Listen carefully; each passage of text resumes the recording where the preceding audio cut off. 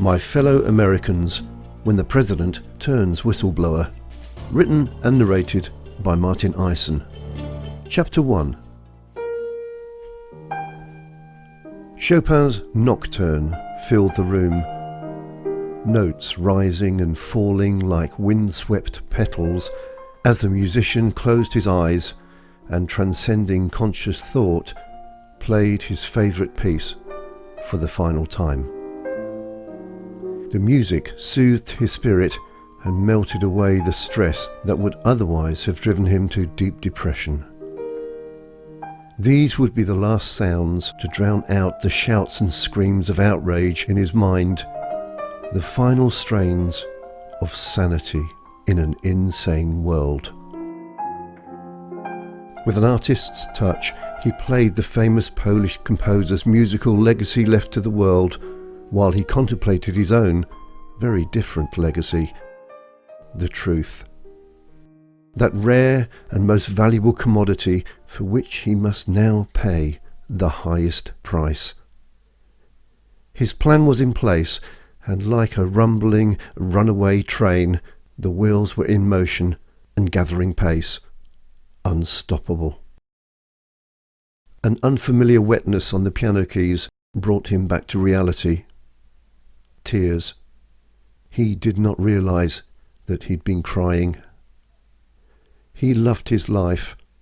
It was impossible to go back to the way things were. Like a shipwrecked passenger grasping at driftwood, he thrashed around in vain for an alternative. There were no easy answers. He abruptly stopped playing and left the notes hanging in the air to disappear like shadows into the darkness. Breaking the silence, the wind threw icy rain against the window panes. It was late. A storm was fast approaching. Wiping his eyes with the heel of his hand, he noticed his wife's presence behind him. "We are ready," she whispered. She placed a warm hand on his shoulder. He could tell that she had been crying too, but she still looked as beautiful as the day they had first met.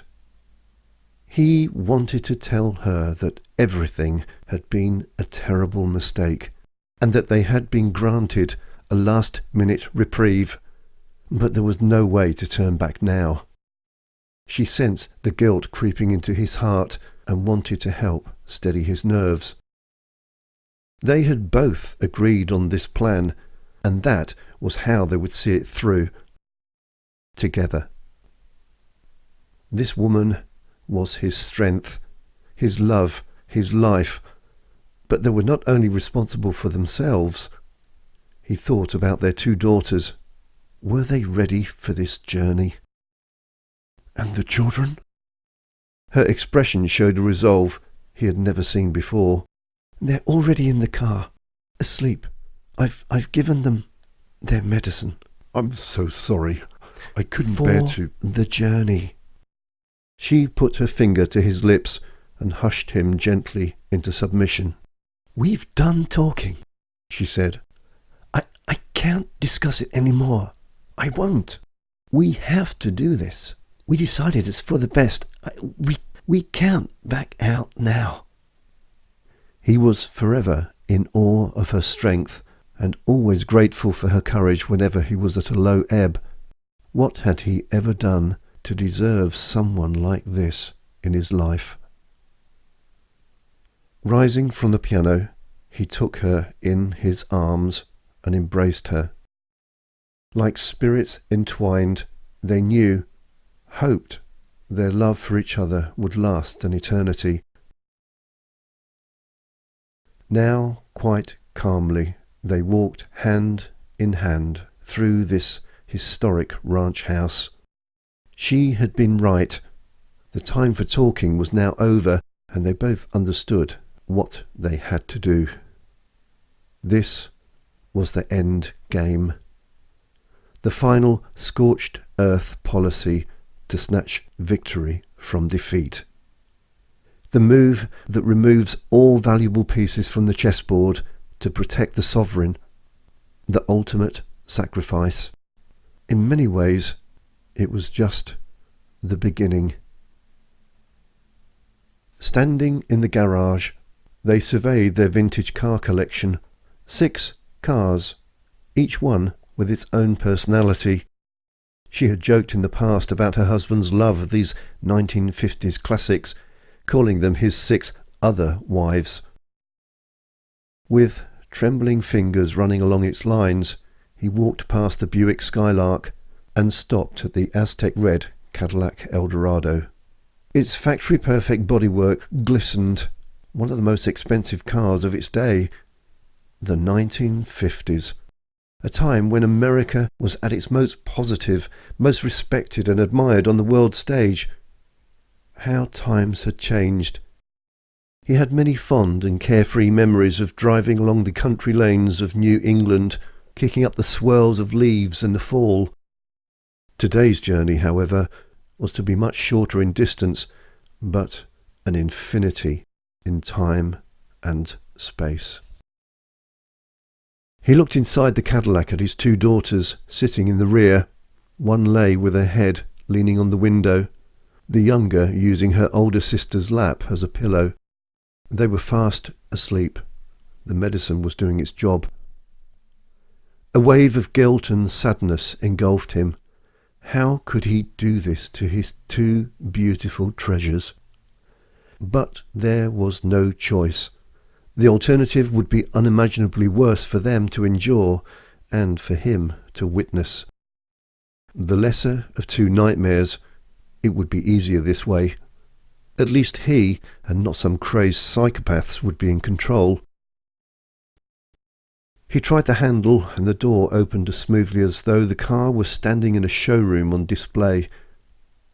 He climbed into the driver's seat, his wife next to him. She looked straight ahead. "Is it ready? The car, I mean." Yes, it's ready. They sat there for a long moment of silence, each wrapped up in their own thoughts. Then, resolving an inner discourse with a nod to himself, he reached into his pocket and took out 2 capsules. She looked down at the pills, then held his gaze. He caught the look of fear in her eyes. "To help you sleep," he said. "You'll just feel a bit woozy. There's some water in the glove compartment." Tears flooded her eyes as she plucked the tablet from his hand and, with trembling fingers, held it in front of her. Her whole body started to tremble uncontrollably. I love you. Wherever you go, I go." She dropped the tablet onto her tongue, but her throat was so dry it was impossible to swallow. She reached into the glove compartment, retrieved the small bottle, and, with a sip of water, managed to down the pill, her glistening eyes never leaving his. He took the remaining sleeping pill and swallowed it with some water. He then reached down for the ignition key and gunned the powerful engine into action. The car was the first 1953 specification, with everything in original condition, but with one exception. The exhaust had been redirected into the car's interior. "Wait! Stop!" She flung the door open and got out. I can't do it. Not like this." "But we discussed it all," he said. "We agreed we had to go through with it, no matter what." In tears, his wife stood by the car. The soporific effect of the drug pulled at her consciousness, making her falter. Then he heard something familiar, something unexpected. "Mommy!" Startled, he looked to the rear seat. His oldest daughter, the 10-year-old, started to stir, more asleep than conscious. "Are we there yet?" With tears in his weary eyes, he shot a pleading look at his wife. "No, not yet, honey. You go back to sleep," she said. "I want to see Grandma." With a hollow sigh, his wife steadied herself as she rocked the front seat forward and climbed in to sit between her daughters. "I meant I can't let them go on their own," she said, her head becoming heavier as every moment passed. She closed the door behind her and held her babies tightly. "I held them when they came into the world, and I want to hold them now." He nodded his agreement. None of this had been their fault. The children were the innocents in all this. Technically, he was a murderer committing infanticide. This may not have been the first time, but this would be his last. He revved the accelerator and smelled the pungent odour of petrol exhaust vapours spewing forth from the gas guzzler's engine. He was light-headed now, barely able to think clearly.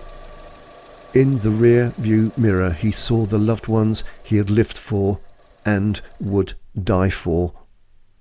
Sleeping on a long journey, a painless, dreamless sleep. They were being held in warmth and comfort by their mother. No mother ever loved her children more than this. Unable to keep his eyelids open any longer, he allowed them to slide closed over the last of his tears. His final thoughts were for those who would discover his secret, and the hope that they would manage to share it with the world, and in doing so, save it.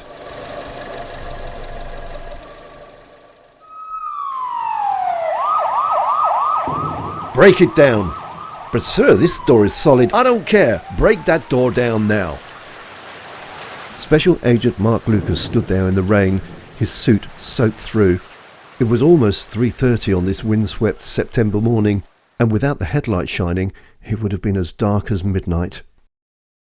As security officers began to organise themselves, Lucas listened to the distant sound of a car's idling engine on the other side of the massive garage door. It had been running at least since it was first discovered nearly 15 minutes ago, God knows how long before then. He stood in the rain and butted his head against the solid oak door in silent desperation. How could he have been so stupid? How could he have not seen this coming? He feared the worst. A senior security officer returned with 2 colleagues carrying a pneumatic jack used for changing tyres. This one was large, Lucas noticed, more for changing the tyres of a truck than a car. "Until we get some decent equipment down here, we could try this." I don't care what you try, just get that door open now. The 2 officers managed to get the jack under the huge mechanised up and over door. They jacked it up to a height of around 2 feet, just enough for a man to crawl under. One of the officers handed Lucas a flashlight, and he squatted down to peer into the gloom of the garage. The dim internal light was still on, but it was still hard to see through the smoke as it escaped under the door. Coughing at the stench of exhaust fumes, he unholstered his Sig Sauer automatic. "I'm going in, stay here. No one comes in until I say, understood?" "Understood," came the reply. Lucas squeezed through the opening under the garage door and squatted, his weapon and flashlight pointing to wherever he looked. He made a visual sweep of the gloom and could see 6 vehicles, vintage cars, all in pristine condition, lined up in 2 rows of 3. The middle car in the back row, an old model red Cadillac, was idling. With eyes stinging from the exhaust fumes as he approached the car, he started to become light-headed. Lucas coughed violently into the crook of his arm, trying to cover his mouth and nose in a vain attempt to stifle the toxic fumes. On reaching the Cadillac, his priority was to get into the vehicle and turn off the ignition. On the driver's side, he peered through the window at the slumped figure obscured by the exhaust fumes. He tried the door handle, but the car was locked from the inside. It took 2 blows from the butt of his pistol to shatter the driver's side window. A waft of exhaust blew into his face, making him cough again. With his eyes streaming, he found it hard to see who the driver was. Other people were sitting in the back seat. Lucas reached into the car and turned the ignition keys to stop the engine. A deathly silence filled the garage. All he could hear was the distant chatter of a security guard's radio coming from outside. Flashing lights under the door cast their eerie shadows. An ambulance had already arrived. Breathing as shallowly as possible, he opened the car door. The driver was slumped away from him across the bench seat of the Cadillac. Male, Caucasian, about 210 pounds. He grabbed the driver's jacket and pulled him into an upright position to drag him from the car. The face, eyes closed, jaw slack, turned towards his. Holy mother of... No! No! With renewed strength, Lucas pulled the driver from the car straight onto the floor and fell backwards under the shifting weight, collapsing with his back against a neighbouring Buick with a thump. The driver fell awkwardly onto him, and he found himself now cradling the lifeless body in his arms. He felt for the carotid under his chin. There was no discernible pulse. He lifted an eyelid. The pupil was dilated. He shouted over his shoulder towards the door. Get a stretcher! No one comes in apart from paramedics. No one! He suspected that the ambulance would be in vain. It was far too late. He felt for a pulse again. Nothing. Then he checked every pocket. Nothing.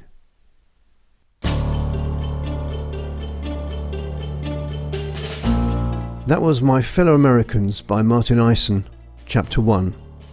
Coming up in Chapter 2.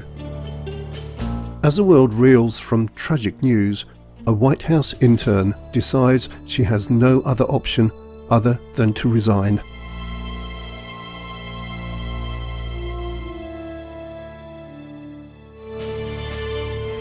You can purchase all 38 chapters of this audiobook on Audible, Amazon and iTunes.